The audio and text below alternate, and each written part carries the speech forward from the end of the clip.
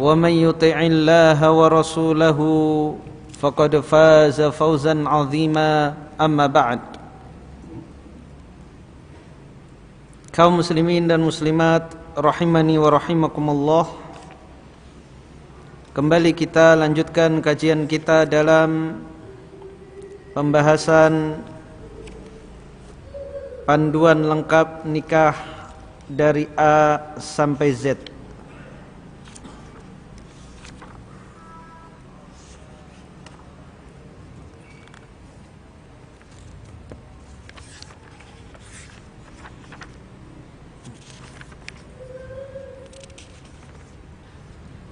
Kita sampai pada adab-adab pernikahan. Pada pertemuan yang lalu kita telah sampai pada bagaimana cara suami menggauli istri. Allah Subhanahu wa taala berfirman di dalam surah Al-Baqarah ayat 223. Nisa'ukum harthul lakum fa'tu harthakum anna syi'tum. Istri-istrimu adalah seperti ladang tempat kamu bercocok tanam, maka datangilah tanah tempat bercocok tanammu itu sebagaimana saja kamu kehendaki. Sebab nuzul ayat ini atau sebab turun ayat ini, dahulu penduduk Madinah mereka bertetangga dengan orang-orang Yahudi ahlil kitab,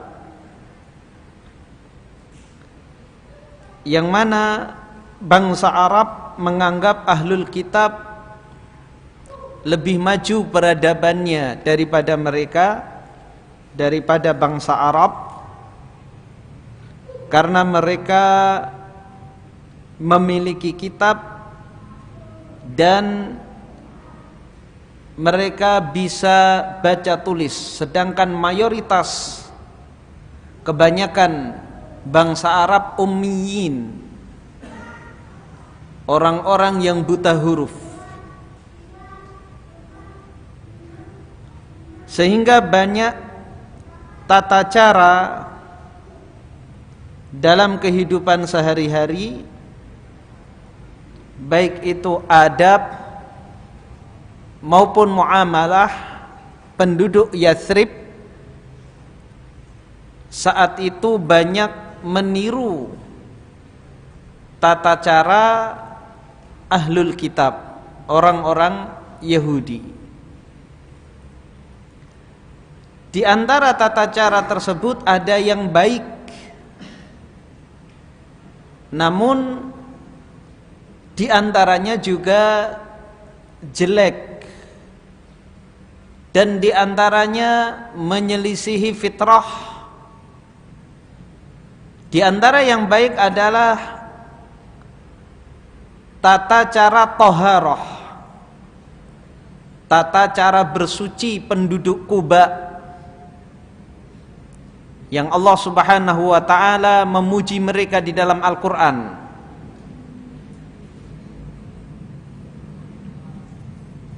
Rasulullah sallallahu alaihi wasallam bertanya kepada mereka bagaimana tata cara mereka bersuci. Maka mereka mengatakan, inna nutbi'ul hijaratal ma. Sesungguhnya kami membarengi bersuci dengan batu, kemudian baru menggunakan air. Jadi dengan menggunakan benda padat terlebih dahulu, baru dengan menggunakan air. Tentunya ini lebih utama, karena tangan tidak banyak bersentuhan dengan najis. Berbeda ketika bersuci hanya dengan menggunakan air saja. Meskipun sama-sama suci, tangan banyak bersentuhan dengan najis. Jadi cara bersuci itu ada 3. Bersuci dari najis, beristinja ketika habis buang air kecil maupun buang air besar, yaitu dengan cara menggunakan benda padat yang bisa membersihkan, dengan menggunakan tisu, zaman dahulu menggunakan batu. Kemudian yang lebih baik adalah dengan menggunakan air, dan yang paling baik adalah yang ketiga, adalah mengumpulkan antara benda padat dan air. Ini penduduk Kuba, mereka menggunakan tata cara seperti itu karena meniru orang-orang Yahudi tetangga-tetangga mereka. Namun di antara hal-hal yang dilakukan oleh orang-orang Yahudi tidak benar. Mereka tidak menggauli istri mereka kecuali dari arah depan saja, dan memiliki anggapan jika laki-laki jika menggauli istrinya tidak dari depan, maka jika dikaruniai anak, maka anak yang terlahir juling. Dan hari ini disampaikan kepada Rasulullah sallallahu alaihi wasallam, apakah benar khurafat yang seperti itu? Maka Rasulullah sallallahu alaihi wasallam membacakan ayat ini, nisaukum harthul lakum fa'tu harthakum anna syi'tum. Istri-istrimu adalah seperti tanah tempat kamu bercocok tanam, maka datangilah tanah tempat bercocok tanam itu bagaimana saja kamu kehendaki. Tafsirnya adalah mukbilat, mudbirat, dari depan maupun dari belakang, dan jauhilah dubur. Artinya dari arah manapun kita bercocok tanam, sebagaimana para petani bercocok tanam untuk menghilangkan kejenuhan, maka tidak dari satu arah saja. Tahun ini tanam dari depan, tahun depan tanam mulai dari belakang untuk merubah suasana, terkadang dari samping. Maka dengan cara apapun seorang laki-laki ketika bercocok tanam bebas, baik dari depan, dari samping maupun dari belakang, baik di atas, di samping maupun di bawah.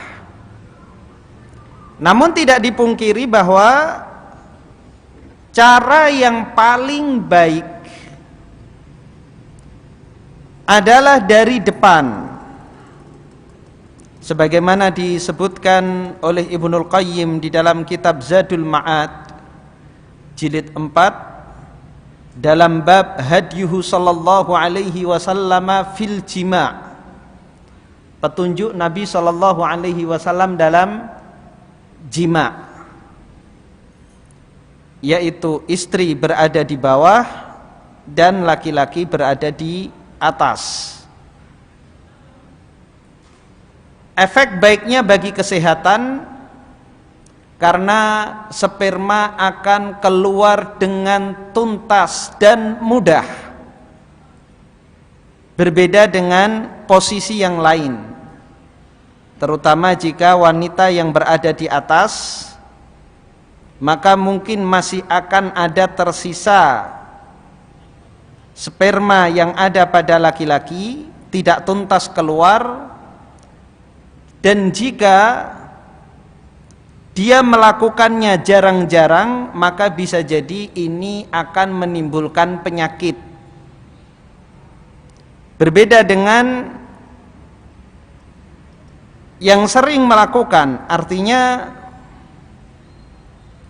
pada tahap pertama laki-laki berada di bawah, kemudian keesokan harinya atau pada hari itu juga dia berada di atas untuk menuntaskan yang masih ada pada dirinya. Yang jelas dengan cara apapun seorang suami boleh mendatangi istrinya dengan posisi bagaimanapun yang ia sukai. Ini halal. Dan inilah kemudahan di dalam Islam agar pasangan suami istri tidak jenuh melakukan hal tersebut. Maka bisa melakukan variasi. Kemudian yang ke-13, adab yang ke-13 adalah dilarang menyetubuhi di bagian dubur atau anus. Dalil-dalil mengenai hal ini sangatlah banyak. Di antaranya apa yang diriwayatkan oleh Al-Imam Ahmad dari Ummu Salamah radhiyallahu anha.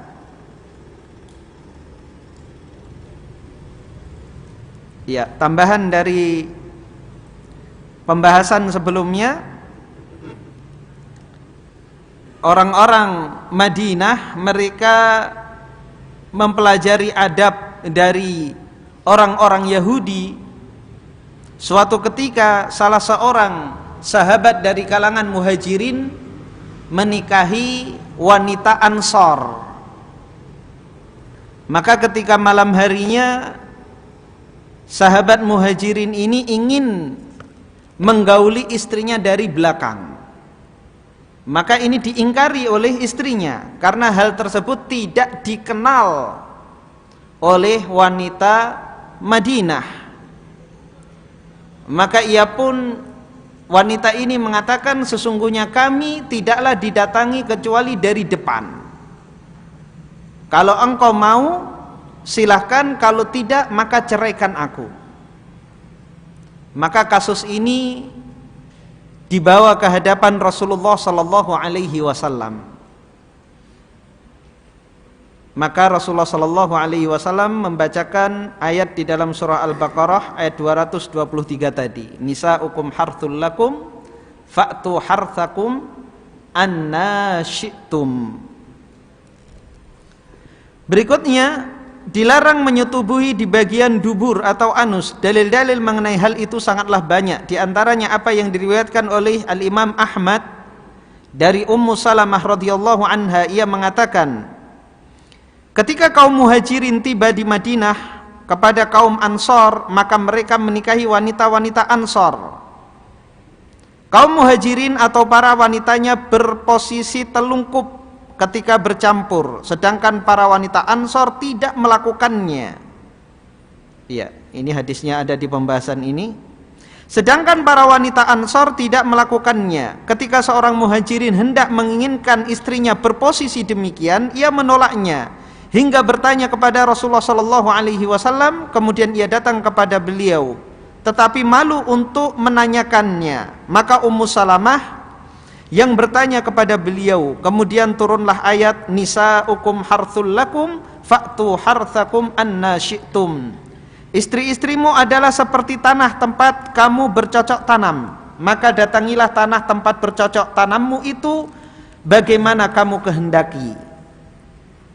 Beliau sallallahu alaihi wasallam menjawab, la illa fi samimin wahid. Tidak dilarang kecuali pada satu jalur, yaitu dubur. Jadi dari arah manapun itu tidak dilarang kecuali ya, memasukkan kemaluan ke dalam dubur. Jadi itu saja yang dilarang di dalam syariat. Kemudian yang kedua, apa yang diriwayatkan oleh Al-Imam Tirmidzi dari Ibnu Abbas radhiyallahu anhuma, ia mengatakan Umar ibn Khattab datang kepada Rasulullah sallallahu alaihi wasallam seraya mengatakan, wahai Rasulullah, aku binasa. Beliau bertanya, apa yang membinasakanmu?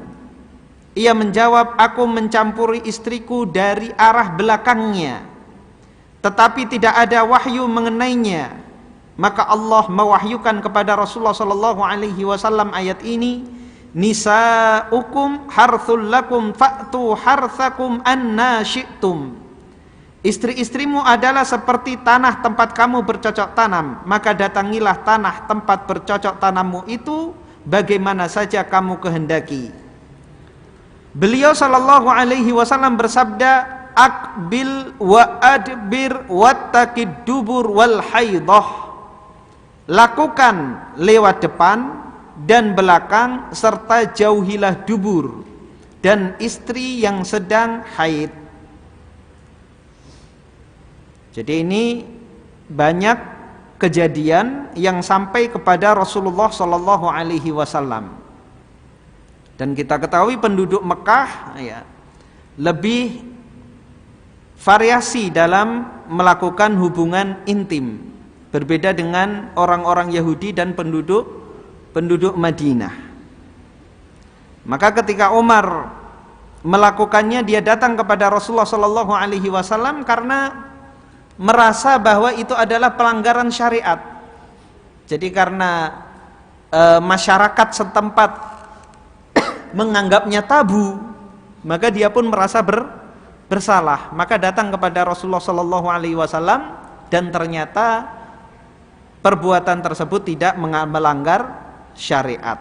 Bahkan Rasulullah sallallahu alaihi wasallam memerintahkan akbil, lakukan lewat depan, wa adbir, lakukan lewat belakang, wattaqid dubur. Namun Rasulullah sallallahu alaihi wasallam memperingatkan agar menjauhi dubur.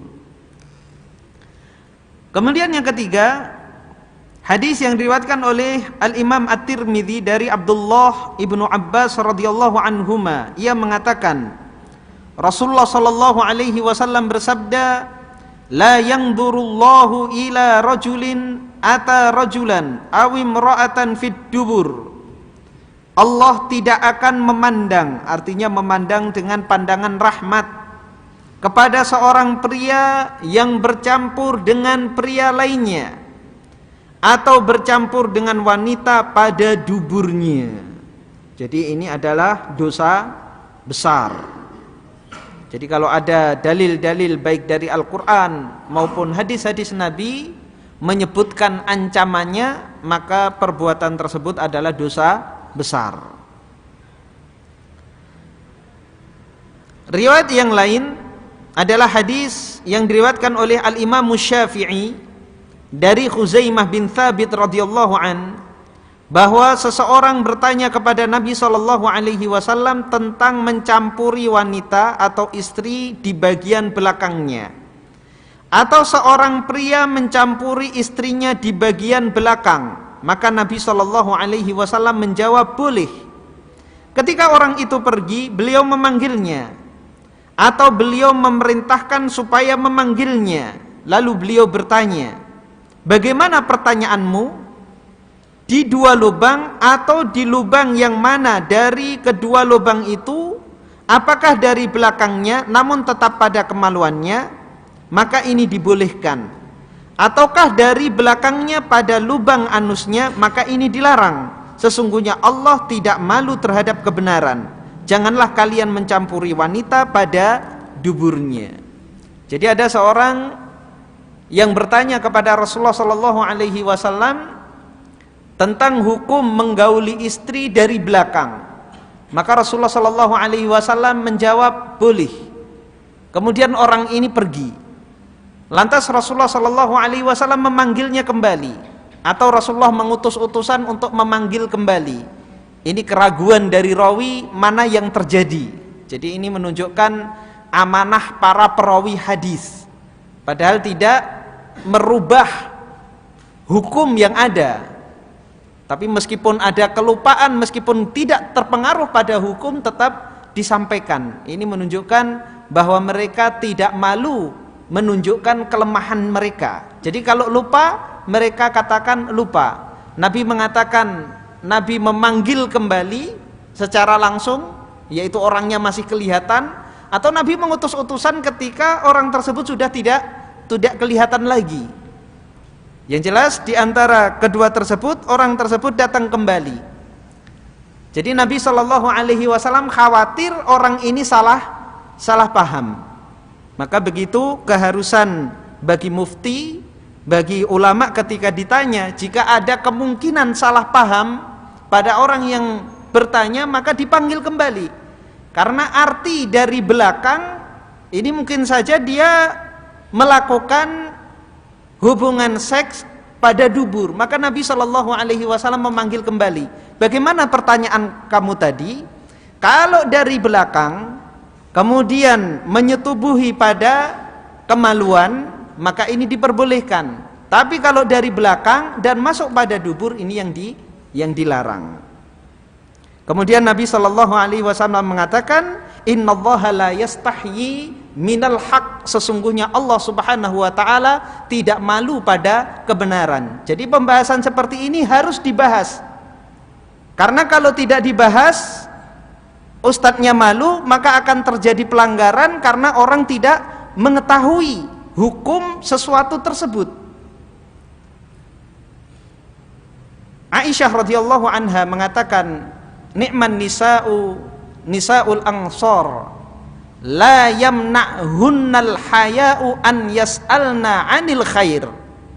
Sebaik-baik wanita adalah wanita-wanita Ansor. Rasa malu yang ada pada mereka tidak menghalangi mereka untuk bertanya tentang kebaikan. Dan ini tentunya berbeda jauh dengan kebanyakan wanita di zaman sekarang. Wanita di zaman sekarang rasa malunya hilang, namun malu bertanya tentang hal-hal yang berkaitan dengan mereka. Jadi kalau bertanya tentang haid, tentang nifas, tentang istihadah, mereka malu. Tapi kalau buka aurat justru tidak malu. Ini terbalik. Padahal tentang hukum haid dan istihadah banyak wanita yang jahil dalam perkara ini. Banyak wanita meninggalkan sholat karena istihadah dan menganggap itu darah haid. Padahal berbeda antara darah haid dengan darah istihadah. Jadi bisa jadi karena kebodohannya dia meninggalkan kewajiban, meninggalkan sholat, meninggalkan puasa, karena sama-sama keluar dari kemaluan. Dia menghukumi setiap darah yang keluar dari kemaluan kalau tidak nifas itu haid. Padahal ada satu darah lagi, yaitu darah istihadah yang hukumnya sangat jauh berbeda dengan darah haid dan darah nifas. Kalau darah haid tidak boleh sholat, tidak boleh puasa. Kalau istihadah masih harus sholat dan masih harus puasa. Jadi Allah Subhanahu Wa Taala tidak malu dari kebenaran. Dan para wanita di zaman Rasulullah Sallallahu Alaihi Wasallam, mereka bertanya tentang hal-hal seperti ini kepada Rasulullah Sallallahu Alaihi Wasallam. Di antara mereka datang kepada Rasulullah Sallallahu Alaihi Wasallam, wahai Rasulullah, apakah wajib bagi seorang wanita mandi jika dia mimpi? Maka Rasulullah Sallallahu Alaihi Wasallam menjawab, na'am idza ra'atil ma', ya, dia wajib mandi jika dia melihat adanya air mani yang keluar. Dan hukum-hukum seperti ini banyak wanita yang tidak mengetahuinya.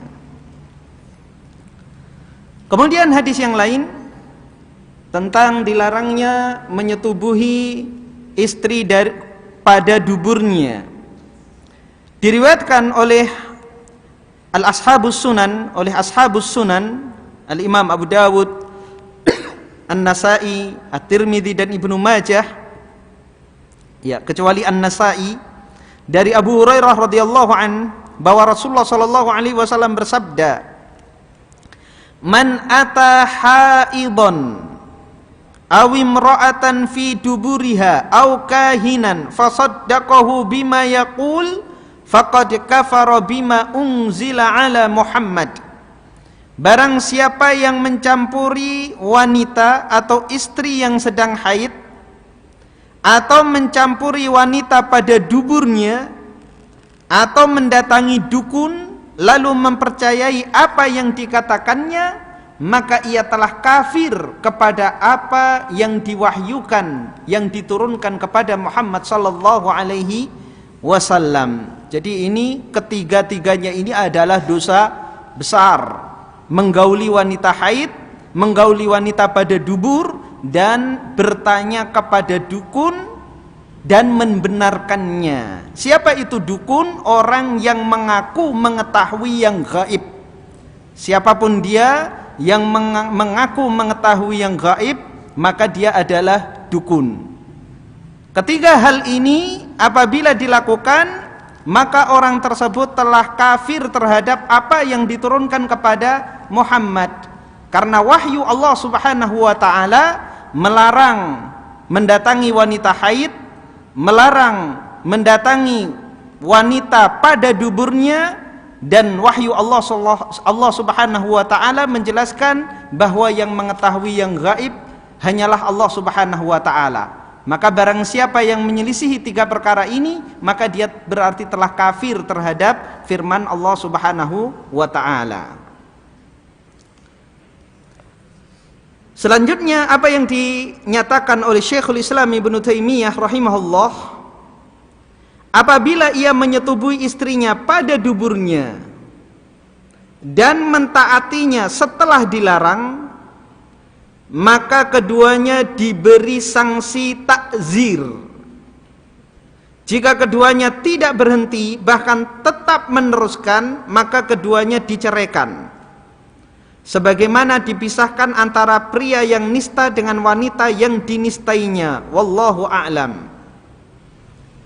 Jadi jika sepasang suami istri telah mengetahui hukum ini, atau salah satu telah mengetahui hukumnya, kemudian memaksa pasangannya untuk melakukannya, maka kewajiban bagi hakim untuk menetapkan hukum takzir. Takzir adalah hukum di bawah hukuman had. Hukum had adalah hukum yang telah ditentukan oleh syariat, baik di dalam ayat-ayat Al-Quran maupun hadis-hadis Nabi Sallallahu Alaihi Wasallam. Hukum had diantaranya adalah orang yang membunuh, maka harus juga dibunuh. Ini ketentuannya telah ada. Atau jika ahli waris yang terbunuh memaafkan, maka harus membayar 100 ekor unta.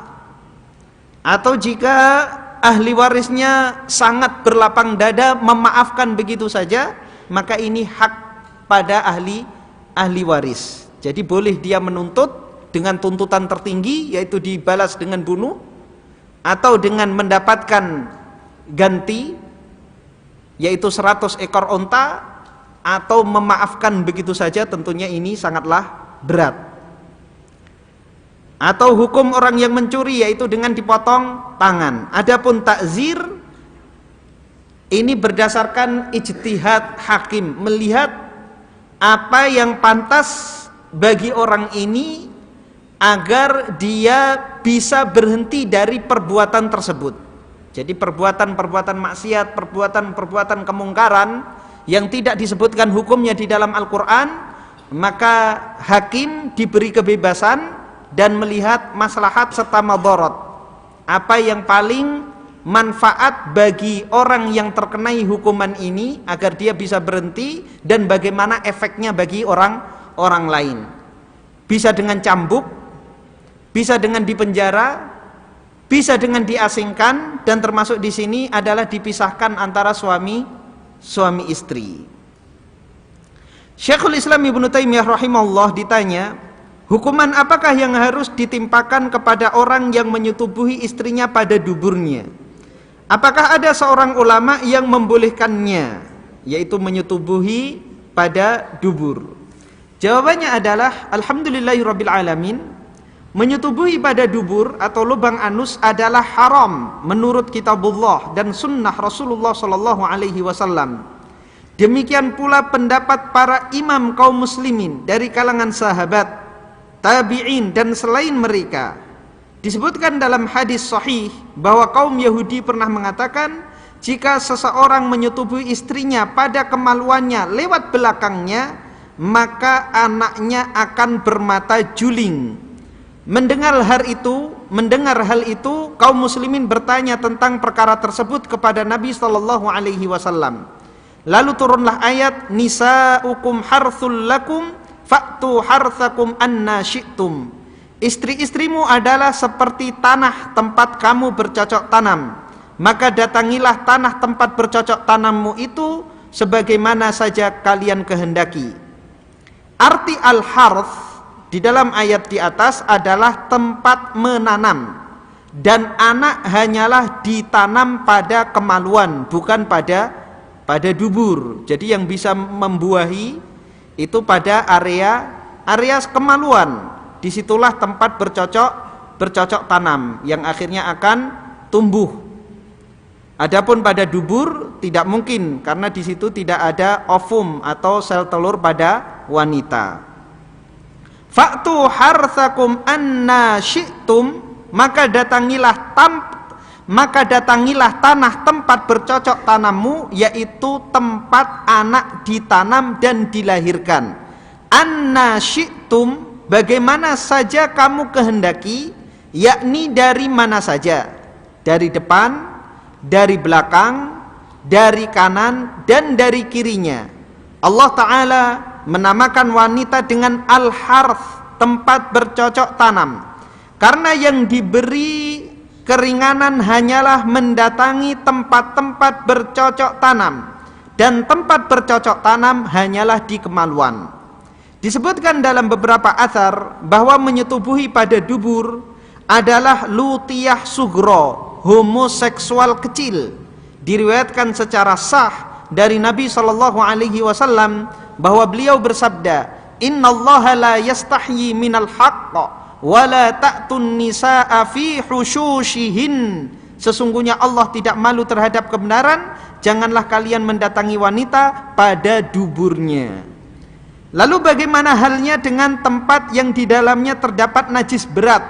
Di samping itu, ini juga termasuk jenis liwat, homoseksual. Abu Hanifah, para sahabat Al-Imam Syafi'i, Al-Imam Ahmad, dan para sahabatnya, dan disebutkan sahabat ini adalah murid-murid. Jadi kalau disebutkan ashabus Syafi'i, sahabat-sahabat Imam Syafi'i ini adalah murid-murid Imam Syafi'i. Ashabu Ahmad, sahabat-sahabat Imam Ahmad ini adalah murid-murid Imam Ahmad. Sebagaimana murid-murid Rasulullah juga dikatakan sahabat. Ini menunjukkan bahwa salafus saleh, mereka guru memperlakukan murid-murid mereka seperti sahabat, karena tidak ada batas, tidak ada jarak antara guru dengan murid. Ini menunjukkan keakraban antara guru dengan murid. Jadi salafus saleh sejak zaman Rasulullah SAW, para sahabat, para tabi'in, tabi'ut tabi'in, para ulama kita, murid-murid mereka disebut sahabat. Ini menunjukkan bahwa mereka begitu dekat dengan guru-guru mereka. Para ulama berpendapat bahwa semua itu haram dan tidak ada perbedaan pendapat di antara mereka. Pendapat ini adalah pendapat yang populer dari mazhab Malik dan sahabatnya. Tetapi sebagian orang menceritakan dari mereka sebuah riwayat lain yang berbeda dengan itu. Di antara mereka ada yang mengingkari riwayat ini dan meragukannya. Jadi seluruh ulama, ya, dari mazhab manapun dan seluruh murid-murid mereka sudah sepakat ijma bahwa haram seorang suami mendatangi istrinya pada duburnya. Ada memang riwayat sedikit dari sebagian kecil murid-murid Imam Malik. Jadi ada riwayat seperti itu, namun riwayat ini banyak yang mengingkari. Artinya banyak ulama tidak percaya bahwa sebagian kecil, meskipun sebagian kecil, tetap para ulama tidak percaya bahwa ada yang berpendapat seperti itu. Karena begitu jelasnya dalil-dalil dari hadis-hadis Nabi Shallallahu Alaihi Wasallam yang melarang laki-laki mendatangi istrinya pada duburnya. Barang siapa yang mencampur istrinya pada duburnya, ia wajib dihukum atas perbuatannya itu dengan sanksi yang membuat keduanya jera. Jika diketahui bahwa keduanya tidak jera, maka keduanya harus dipisahkan. Wallahu a'lam.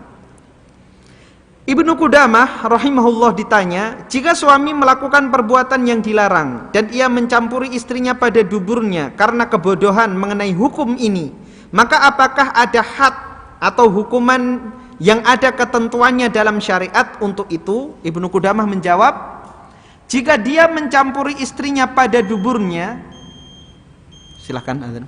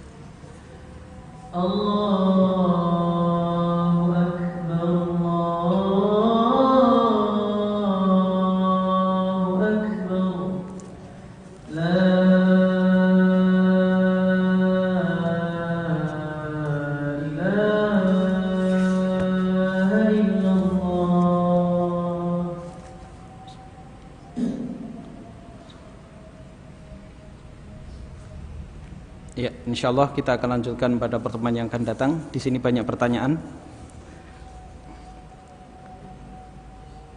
Barakallahu fikum Ustaz, wa barakallahu fikum. Apa hukumnya menikah menggunakan modal yang berasal dari sumber yang haram seperti uang riba? Jazakallahu khairan Ustaz. Ya. Ini yang bertanya sudah menikah atau belum? Kalau belum, maka jangan menggunakan harta yang haram untuk menikah. Innallaha thayyibun la yaqbalu illa thayyiba. Nabi SAW bersabda, sesungguhnya Allah itu baik dan tidak menerima kecuali yang baik. Menikah adalah ibadah. Maka jika pernikahan kita diawali dengan yang haram, maka jelas itu akan mengganggu keberkahan rumah tangga kita.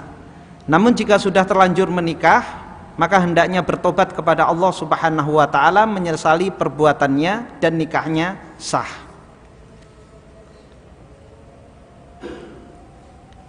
Jika ada yang datang ke orang tua saya untuk melamar, orang tua saya setuju, tetapi saya tidak suka karena ikhwan tersebut belum mengenal sunnah, saya harus bagaimana Ustadz? Atau misal sebaliknya, ikhwan tersebut sunnah dan bermanhaj salaf, tetapi orang tua saya tidak menyetujui, bagaimana baiknya? Karena kebetulan orang tua saya belum mengenal sunnah. Iya.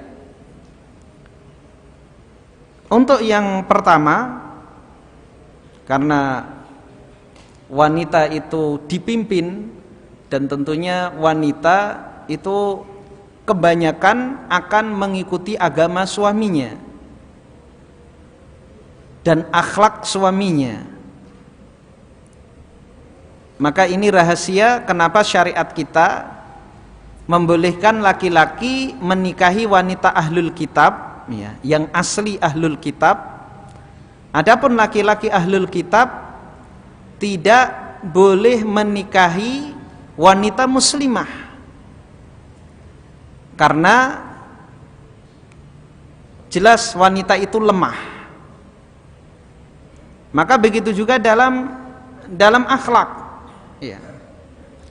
Jika ada laki-laki yang jauh dari agama, jauh dari tuntunan syariat, maka jangan sampai seorang wanita muslimah yang berakhlak baik dia dinikahkan dengan laki-laki yang fasik, dan ini sudah kita bahas dalam perkara kafaah. Maka berhak seorang wanita yang akan dinikahkan dengan laki-laki fasik, dia menolak, dia berhak, dan itu tidak dikatakan durhaka. Adapun jika kejadiannya yang kedua, ada ikhwan yang sudah baik, ya, dia istiqomah, mencintai ilmu, mencintai agama, maka hendaknya diusahakan agar kedua orang tuanya menyetujuinya. Maka bisa melakukan upaya-upaya, ya, meminta bantuan orang-orang yang memungkinkan untuk bisa melobi kedua orang tuanya. Dan ada orang-orang yang memiliki tipe seperti ini, jadi sudah pengalaman bagaimana membuat orang yang mengatakan tidak sampai mengatakan iya, ya. Jadi dicari orang-orang seperti ini. Bahkan akhwat yang mengatakan tidak bisa mengatakan iya.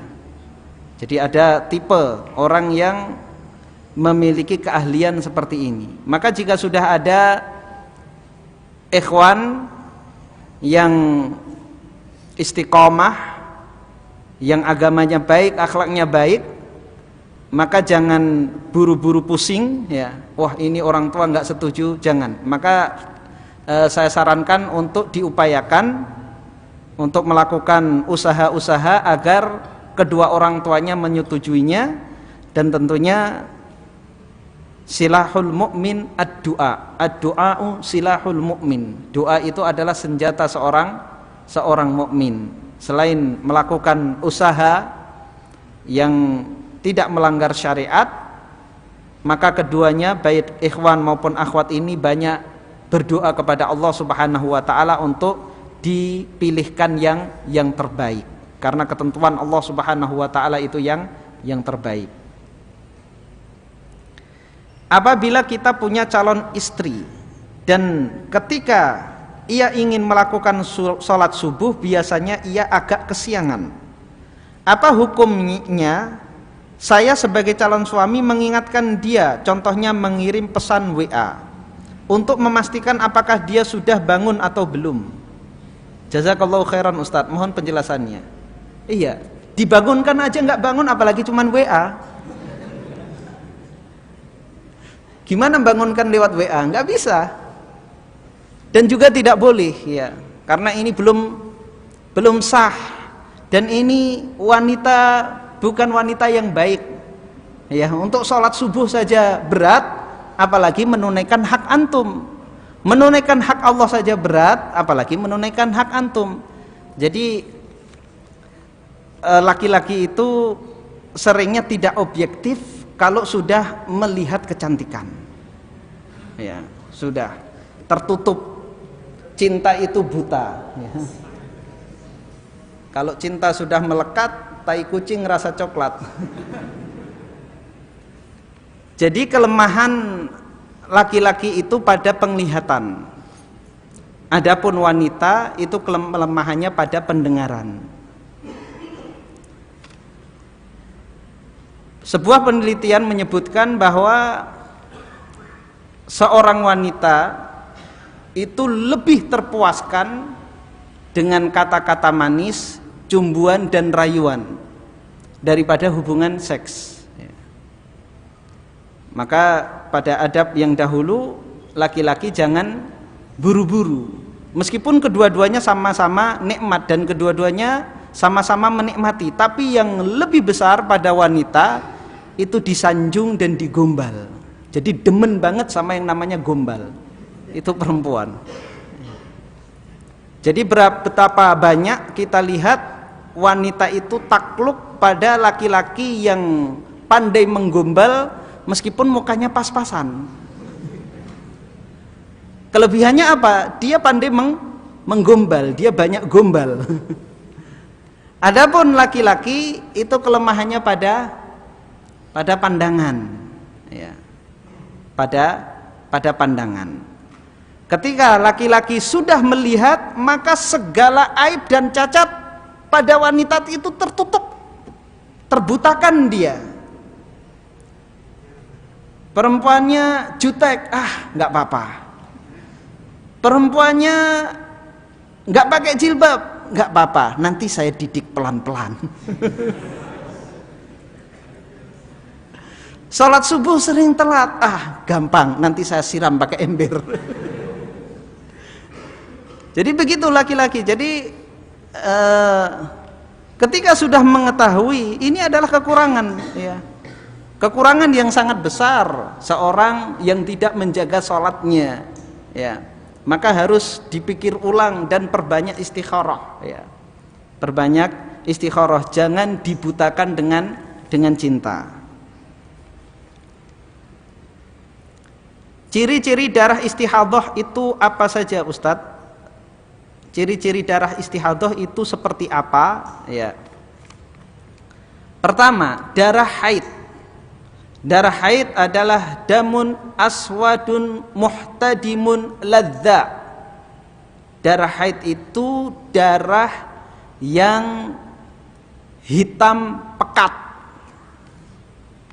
dan dia keluar secara rutin setiap bulan pada wanita yang sehat, ya, pada wanita yang sehat dia akan keluar setiap bulan. Dan itu berasal dari sel telur atau ovum yang tidak terbuahi. Maka dia akan keluar menjadi darah haid. Maka warnanya adalah pekat. Adapun darah istihadah adalah darah penyakit yang berasal dari luka di kemaluan. Maka dari asalnya saja berbeda. Dari asal keluar darah itu berbeda. Karena dia berasal dari luka di dalam kemaluan, maka warnanya sama seperti darah yang keluar dari anggota tubuh yang lain. Sama dengan darah yang keluar dari jari kita ketika keiris. Maka jika darah dari kemaluan wanita keluarnya tidak pekat, maka itu adalah darah istihadah. Terlebih jika keluarnya adalah di luar masa-masa haid.